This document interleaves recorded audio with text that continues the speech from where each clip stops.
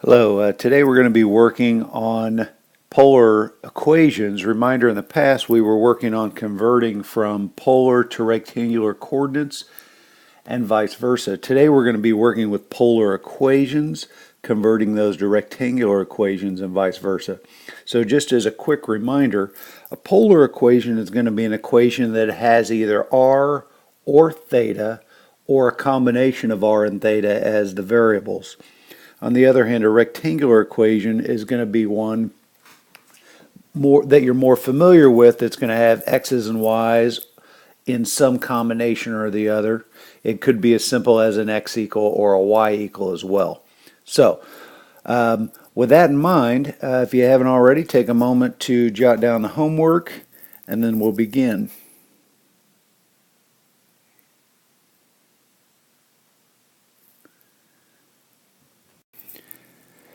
As we're working on converting polar to rectangular and rectangular to polar, we're using the same toolbox we did in the first part of our section when we were just working with converting coordinates.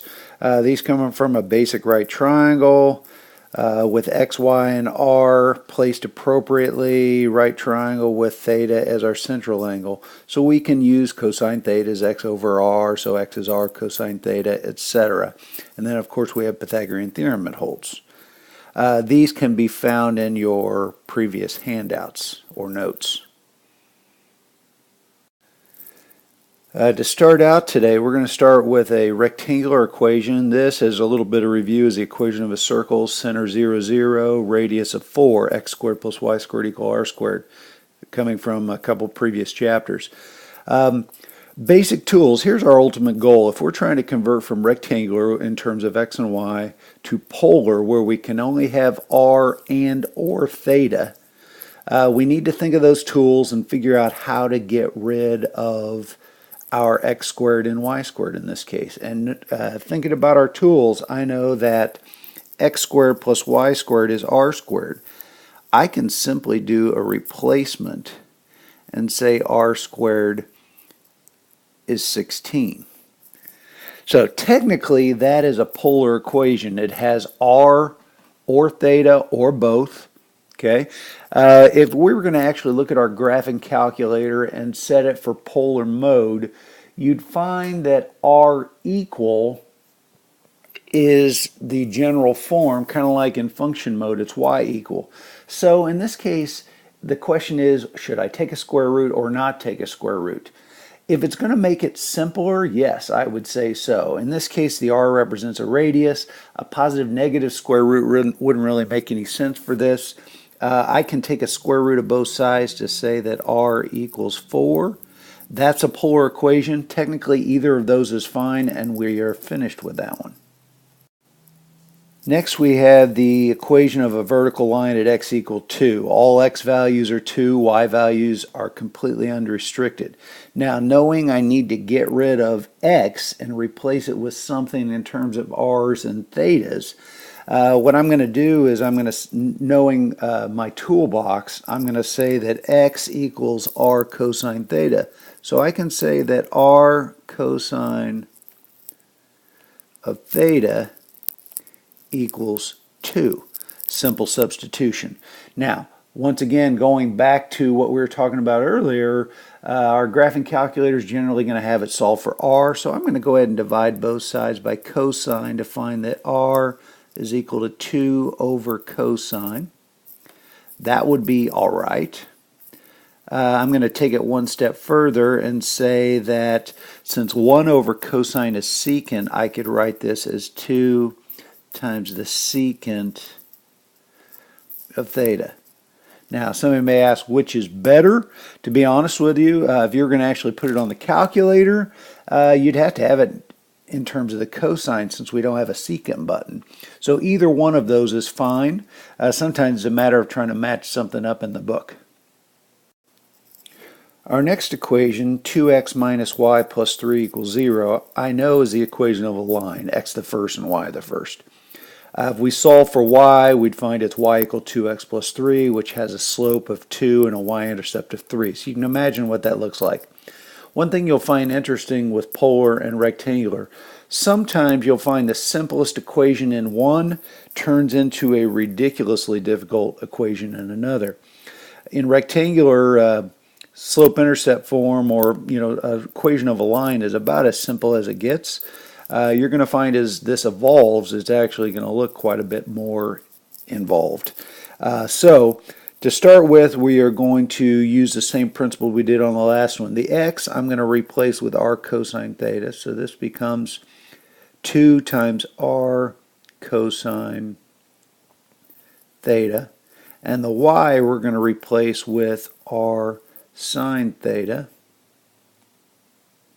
And knowing I'm going to ultimately have to solve this for r, I'm going to shift the 3 to the other side to make that equal to -3. Okay, now I have two terms on the left side with r as a common factor. So knowing that I can't combine those because they're not like terms, but I do need to have r equal in order to be in the appropriate form, I'm going to factor out an r, and that would leave 2 cosine theta minus sine theta equal -3. So that allowed me to go from this line, where we had two terms with r in them, nothing in common that we could actually combine like terms, down to this one, which allows me to have a single r as a factor, which means I can divide both sides by that quantity, what's in parentheses, to find that r is equal to -3 divided by 2 cosine theta minus sine theta. Obviously much more complicated than the original, but it does allow me to use this in polar form. Okay, our next equation, 3 times x times y equals 9, with the multiplication no longer makes that linear like our last one. So if I were going to actually divide that both sides by 3x, I'd find y equals 3 over x. It's called a rational function, which when you actually graph those, if you recall, look like these.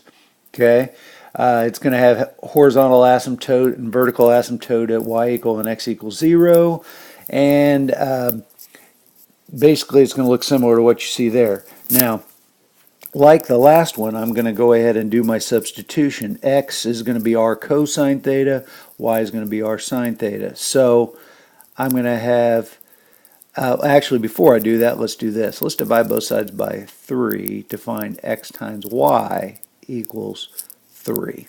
That's just going to simplify matters just a bit. Next, I'll replace the r cosine theta and the r sine theta. So we have r cosine theta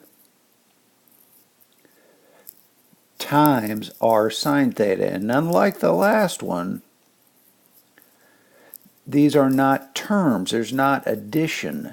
So I can rearrange my multiplication and make that r squared cosine theta sine theta. Not the greatest handwriting with my finger, but that's all right. Okay, so we didn't factor out like the last one because it was not addition. We rearranged the factors using commutative property, and we get to this point. Now, our goal is to solve for r or r squared. So I'm going to divide both sides by cosine and sine, and I have r squared equals 3 divided by cosine theta and sine theta. Now, the next question is, do we go any further? If we took the square root of both sides, would it get any simpler? And then, unlike the one earlier where we had 16 is equal to r squared, this one's just going to have a square root of that mess, which is not going to make life any better. Okay, the only thing we could do with this one that's going to make it any better, would be maybe to write this as 3 times secant times cosecant, since it's 1 over sine and 1 over cosine. So 3 secant theta cosecant theta, and of course I run myself out of space. But in this case, if I were going to actually graph this on a calculator, I would leave it in that form. So that's okay. If you were going to look in the book, you might see either one of those.